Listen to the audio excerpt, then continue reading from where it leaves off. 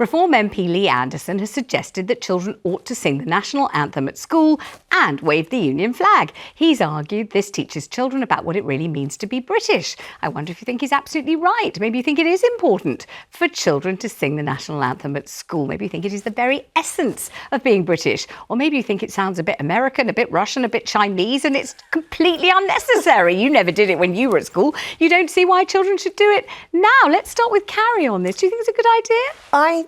I do think it's good that children know the national anthem. Mm-hmm. I hate the way that everything about being British right now, the flags and all of that stuff, is now so weaponised that it's almost as though if I know that national anthem, it means a certain thing. That's what worries me. I don't want it to mean hatred. I want it to mean unifying. I want it to mean community. I want it to mean loving your neighbour. I want all of that at the centre of it. If it has all of that, every day. But I mean, does it have all of that? Right now, I don't think it does, but I think it's important for children to understand history. History is important. And wave a flag and sing that song? I think pride in your country, pride in your community is important, yeah, I do. What do you think, Albie?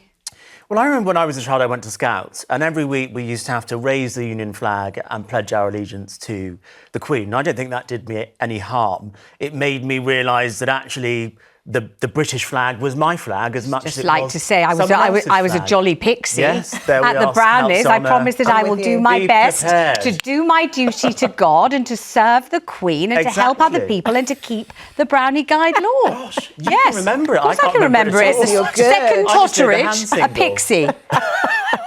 Thank you very much. I was a jolly good brownie and I loved it. But I think those symbols are important. And what I hate at the moment, and I agree with Carrie, is that if the only people that sing the national anthem are the far right, if the only people that wave the St George's Cross or the Union flag are the far right, I saw a far right activist say the Lord's Prayer outside a migrant hotel the other day, and I was in church yesterday receiving communion, and I heard the Lord's Prayer, and I thought to myself, I can think of fewer things less Christian than saying the Lord's Prayer to scare migrants in a migrant hotel.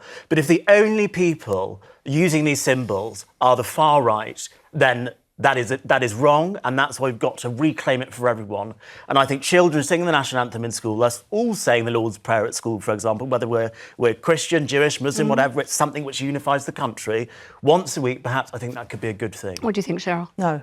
Why not? Absolutely not. I don't agree that the children should go in and sing that in an assembly or whatever it is first thing when they're going to school. I think I would much prefer them to sing something like "Because I'm happy" or something. They probably are. That's probably exactly what they are singing, though. I'm sure they're singing that. Donny Osmond song or anything else. But why? This is me. Because I think, this is me. Absolutely. Let's give them some show tunes. I think, look, history is very important. I agree. Being proud of who you are, no matter who you are, is important. But it's another kind of, it's associated too much with what is going on at this moment. And that's going to take, in my opinion, a long time to get it back to some sort of level. And it doesn't help by Reform saying, you got to now wave the flag in your school and sing this, please. No, it's not helpful, and it's not going to. I wouldn't want. If my son was small again, I would go, no, please, no, thank you. I don't. Because I remember when, first of all, you'd stand after a film, you'd stand in a theatre, you'd stand after the pantomime, proms, everything. But not just the proms. And all you'd go and see, Snow White in Plymouth, and then you'd stand for the national anthem. I remember when they used to play it at the close down of television. So lots of people would stand in their own living room with no one watching them. Out of respect, you'd stand, and then you'd turn off the television, and then, like a decent person, you'd go to bed, and there'd be nothing else to watch and nothing else to do, and it was exceptionally character building, and there was no screen. God, it was boring. God, it was so boring. Am I allowed to say that? I don't know. But anyway, it was hellishly boring. There was nothing else to do. Forced to talk to your family, which was ghastly. No.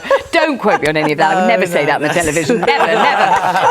But I don't know whether it wasn't a great thing to show some respect. The ceremonial, the actual lyrics of the song, long to reign over You can't us? unknow what you now know, and I think that's some of the issue. You know, David, my husband, came as part of Windrush. Yeah. His mum sang the national anthem every day in school in Jamaica. Yes. But now we look at it through the eyes of colonisation. It's not quite as comfortable as it perhaps was 50 years ago. But if you're at school in the United Kingdom, here you are in this country, why would you not want to sing God Save the King? We want him to live, long to reign over us, mightiest gifts in store. I don't really want him reigning over us. We don't want him to reign over us. I do like the royal family, but I don't know about the words are problematic. Times have changed, and I feel that's the point. The times have changed, and we kind of need to it's like everything has changed so much.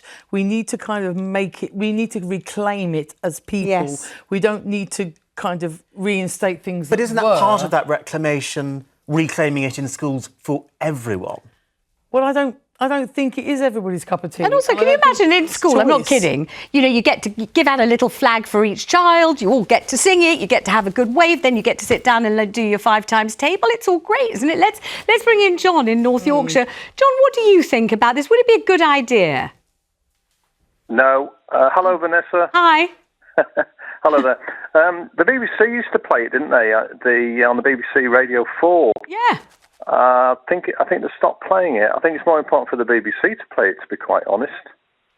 Why? But the answer, well, in fact, the BBC do Sailing By after shipping forecast. I think Sailing By would be probably more appropriate.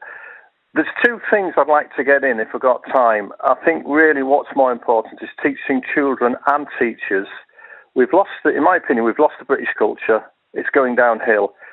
Teach them, remind them what made Britain great. We're losing our culture. A lot of other countries, they're very proud of their culture. They're very proud of their history. We've completely lost it in this country.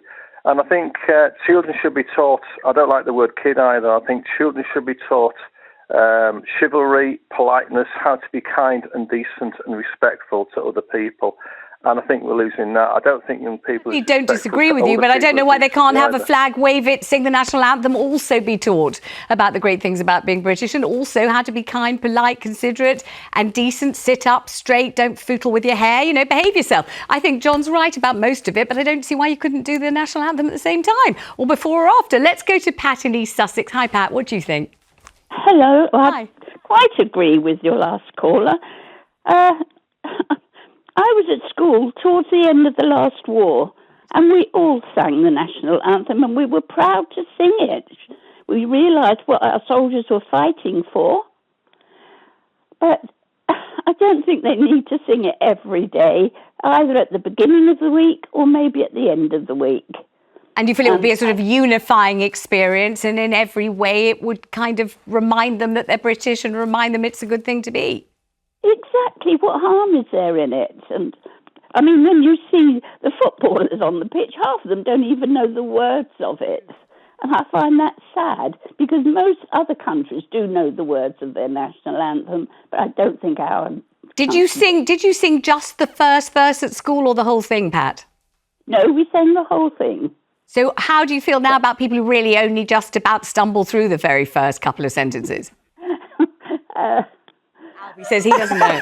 Guilty. I just said rather loudly, mightiest gifts in store, on him be pleased to pour. And everyone looked completely blank as far as I could see. That's a good bit of it, Pat, isn't it? It is, isn't Thank you. Yes, it is. It is. Thank you so much for ringing. Let's go to Elena in Devon. Elena, how do you feel about this? No, I don't think it should be sung. I think the best thing that should be taught to children is the fact of which way the Union flag is up. So many people fly it the wrong way up, and it is degrading. Well, they fly it upside down because they just don't know. I mean, it wouldn't take an awfully long time to teach them which way up to do it, would they? That would be lesson 1. And then what would you do? No, it wouldn't if they start very young about it. We should be appreciative of the flag. Which way up is it? Sorry? Which way up do you fly it? The broadest line is on the top, nearest the flagpole. Yeah. If it's upside down, that means it's a ship that is in distress. Just tell you, when I was growing up in Totteridge, which is the other end of the Northern Line, northwest London, our next door neighbours had a flagpole and a flag, and they would raise and lower the Union flag, and the whole we loved it. We absolutely loved it. John Morton, that was our next door neighbour, and we say, is Mr. Morton raising the flag again? And yes, and we'd go and stand in the front garden and watch. And I was born in 1962. I know you think it was 1803. It wasn't. 1962, and that was really happening. It does mean different things in different communities. Yes, if you go over to Northern Ireland and someone puts a Union Jack flag up, people will say that'll be down by this evening. Absolutely. It's how it's been weaponised, and I don't think we can have this conversation without having talking about that. Absolutely. Thank you so much.